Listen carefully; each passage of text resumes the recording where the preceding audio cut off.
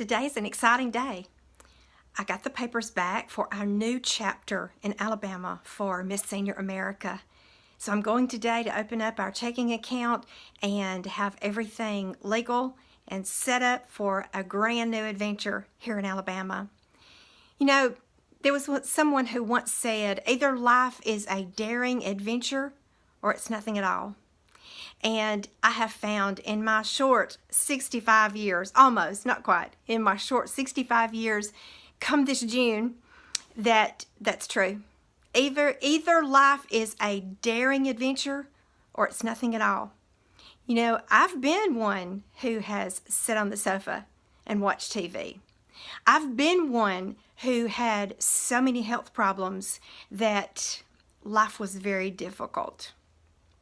I realized one day that all the sayings that I heard when I was a kid and when I was a teenager and when I was a young adult about the people who I keep company with and the endeavors that I have in life can give me a quality of life that just sitting and hoping for them will never create. So I decided many years ago that I was going to start studying. I was going to start moving past my comfort zones. I was going to start standing up for truth, standing up for what's right, speaking even when it's uncomfortable to speak. And because of that, life has led me into some of the grandest, great adventures I could ever hope for. And this new one is the most current on my Richter scale, and that is the Alabama chapter of Miss Senior America.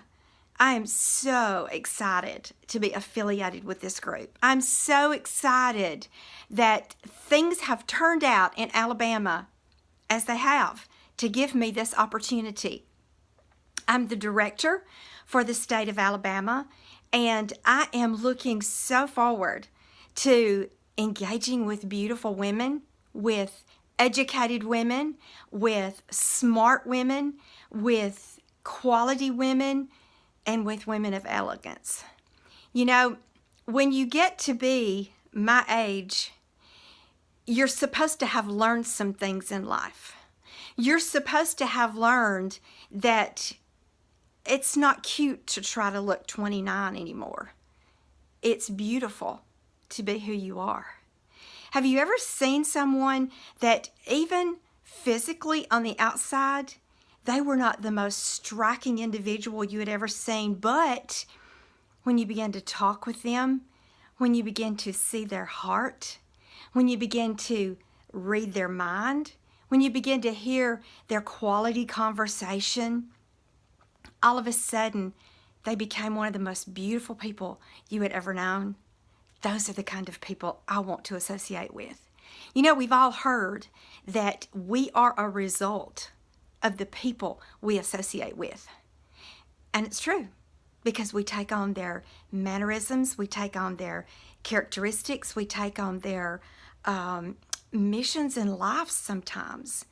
And you know, I'm sure that you, like me, have turned around and found myself mixed up with a group of women that I looked at each of them and I heard what they were saying and I thought, you know, this is not the direction that I want my life to go.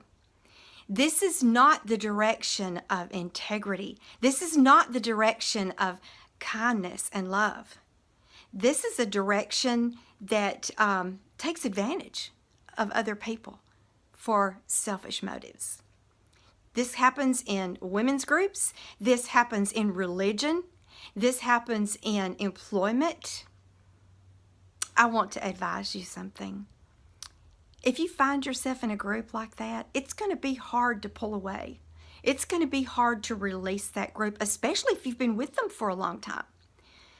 But I want to encourage you to drop ties with groups that are not exactly what they need to be in order to grow in goodness. I want to encourage you to take that leap of faith and say, wow, I don't want to be like that 10 years from now.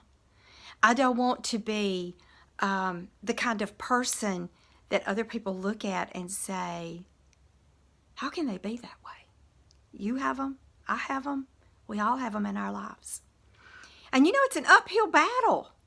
None of us are perfect. We all have issues and problems and struggles, and we all find ourselves in situations that we don't need to be in. So I want to encourage you today. Look around and see the groups of people that you belong to and ask yourself, is this a group that I really want to be a part of? My bachelor's degree is in sociology. And sociology is the study of groups of people and why they do the things they do. I can tell you that when you begin to study groups of people and why they do the things they do, then it will become very clear to you why a group of people who didn't even know him crucified Jesus. It will be very clear. Because we tend to latch on to the ideals, the direction, the assertions of groups that we belong to, even if we don't fully agree with those. Because we're a part of them, we tend to become a part of them. One way that you can become a part of a group today that is full of integrity, that is full of great women, intelligent women, women of integrity, women who truly understand what it means to live in the age of elegance. Let me advise you today to become a part of Miss Senior America. Even if you don't want to be a part of the competition, if you'd just like to be a part of the process and the goings on, give me a call. Text me. Send me a notice on Facebook. For our upcoming big event on August the 4th, we're going to need lots of people who love life. I guess that's the best way to put it. Who just love life. Who are interested in lifting each other up. Who are interested in not being a part of a group that's not completely above board. Let me know that you'd like to be a part. And as you're thinking about it, let me reassure you that the Miss Senior America pageant is not a beauty pageant. I've said this over and over again. But sometimes things over the years get misappropriated. They get misdescribed.